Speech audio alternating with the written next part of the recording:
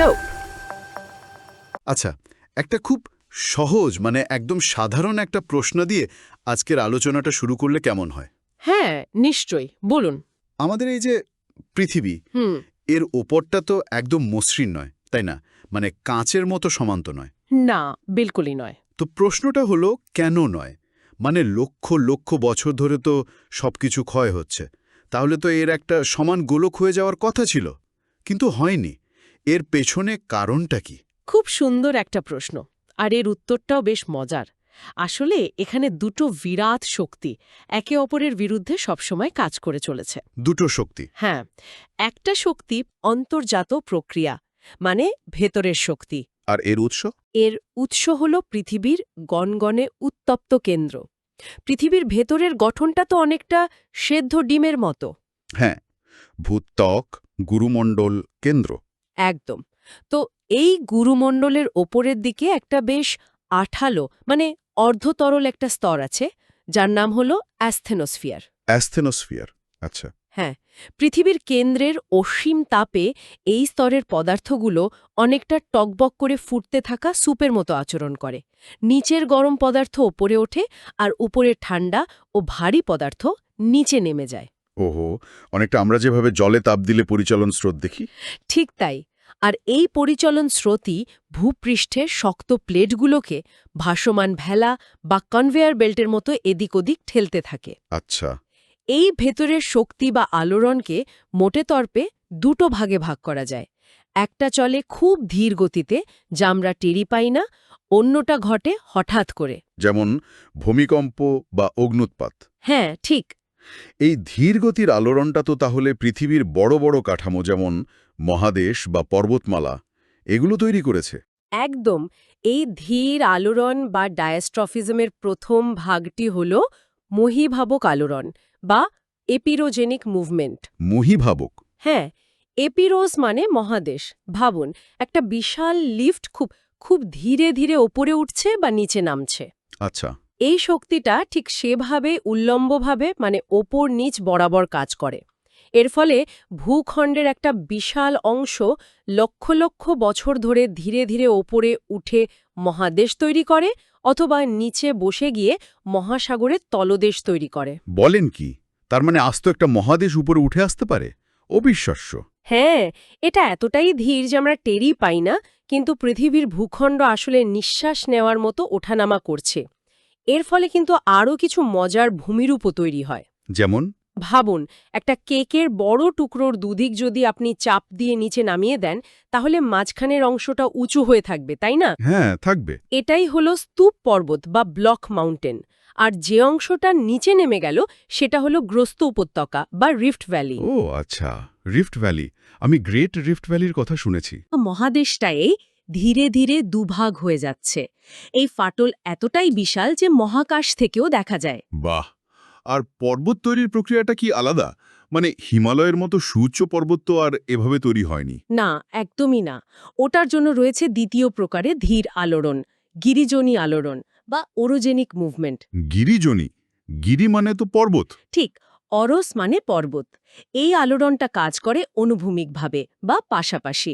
ভাবুন, দুটো গাড়ি মুখোমুখি সংঘর্ষ করলে যেমন দুমড়ে মুচড়ে যায়, হ্যাঁ। অথবা একটা কার্পেটের দুদিক থেকে চাপ দিলে যেমন ভাঁজ পড়ে যায়, ঠিক সেভাবেই যখন দুটো মহাদেশীয় পাত একে অপরকে ধাক্কা দেয়, তখন তাদের মাঝখানে থাকা নরম পাললিক শিলাস্তর ভাঁজ হয়ে ওপরে উঠে যায়। আমাদের হিমালয় পর্বতমালা? একদম, ভারতীয় পাত আর ইউরেশীয় পাতের সে ঐতিহাসিক সংঘর্ষের ফল। তার যেখানে আজ বিশ্বের সর্বোচ্চ শৃঙ্গ দাঁড়িয়ে আছে, সেখানে একসময় একটা বিশাল সমুদ্র ছিল। হ্যাঁ, টেথিস সাগর। পাতের ধাক্কায় সেই সমুদ্রের তলার মাটি আজ আকাশে মাথা তুলে দাঁড়িয়ে। অসাধারণ। তবে এই পাতগুলো নড়াচড়া সবসময় এত শান্তশিষ্ট থাকে না। কখনো কখনো ঘটে যায় তুলকালাম কাণ্ড। এগুলোই হলো আকস্মিক আলোড়ন। হ্যাঁ, যেমন ভূমিকম্প। এই যে পাতগুলো নড়াচড়া করছে, এগুলো কি সবসময় মসৃণভাবে একে অপরের পাশ কাটিয়ে চলে যায়, নাকি কোথাও আটকে যায়? বেশিরভাগ সময়ই মসৃণভাবে যায় না।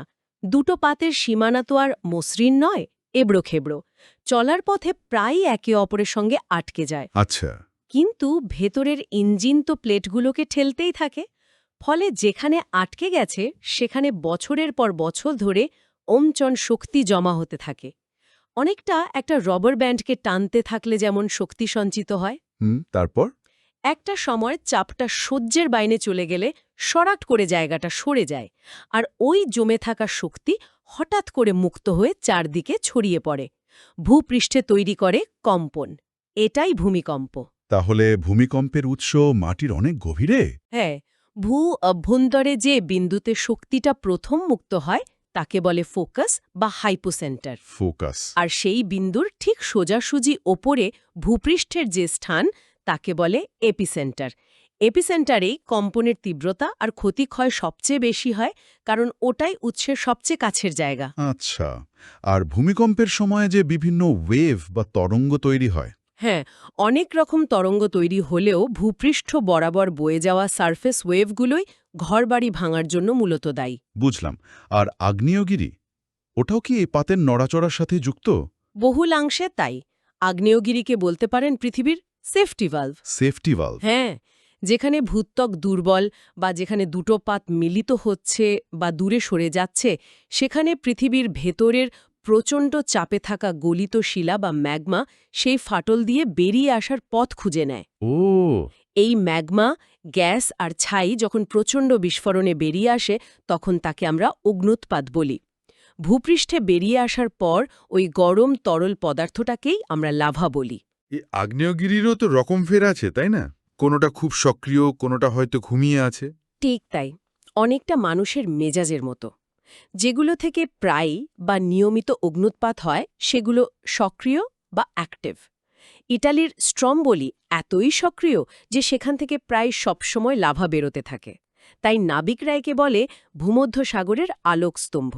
বাহ, দারুণ তো। যেগুলো বহু বছর শান্ত কিন্তু ভবিষ্যতে যে কোনো দিন জেগে উঠতে পারে সেগুলো সুপ্ত বা ডরমেন্ট। আর যেগুলো থেকে অগ্ন্যুৎপাতের সম্ভাবনা আর নেই বললেই চলে সেগুলো মৃত বা এক্সটিংক্ট। আমাদের ভারতেও তো আগ্নেয়গিরি আছে। হ্যাঁ, আমাদের ভারতে আন্দামানের ব্যারন দ্বীপ হল একমাত্র সক্রিয় আগ্নেয়গিরি। আচ্ছা, তাহলে পুরো ব্যাপারটা একটু গুছিয়ে নেওয়া যাক।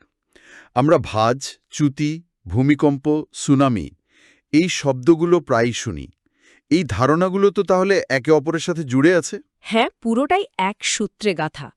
গিরিজনী আলোড়নের সময় যখন দুটো পাত একে অপরকে চাপ দেয় তখন পাললিক শিলাস্তরে যে ঢেউ বা মোচড় তৈরি হয় সেটাই হলো ভাঁজ বা ফোল্ড। হিমালয় হলো এর সেরা উদাহরণ।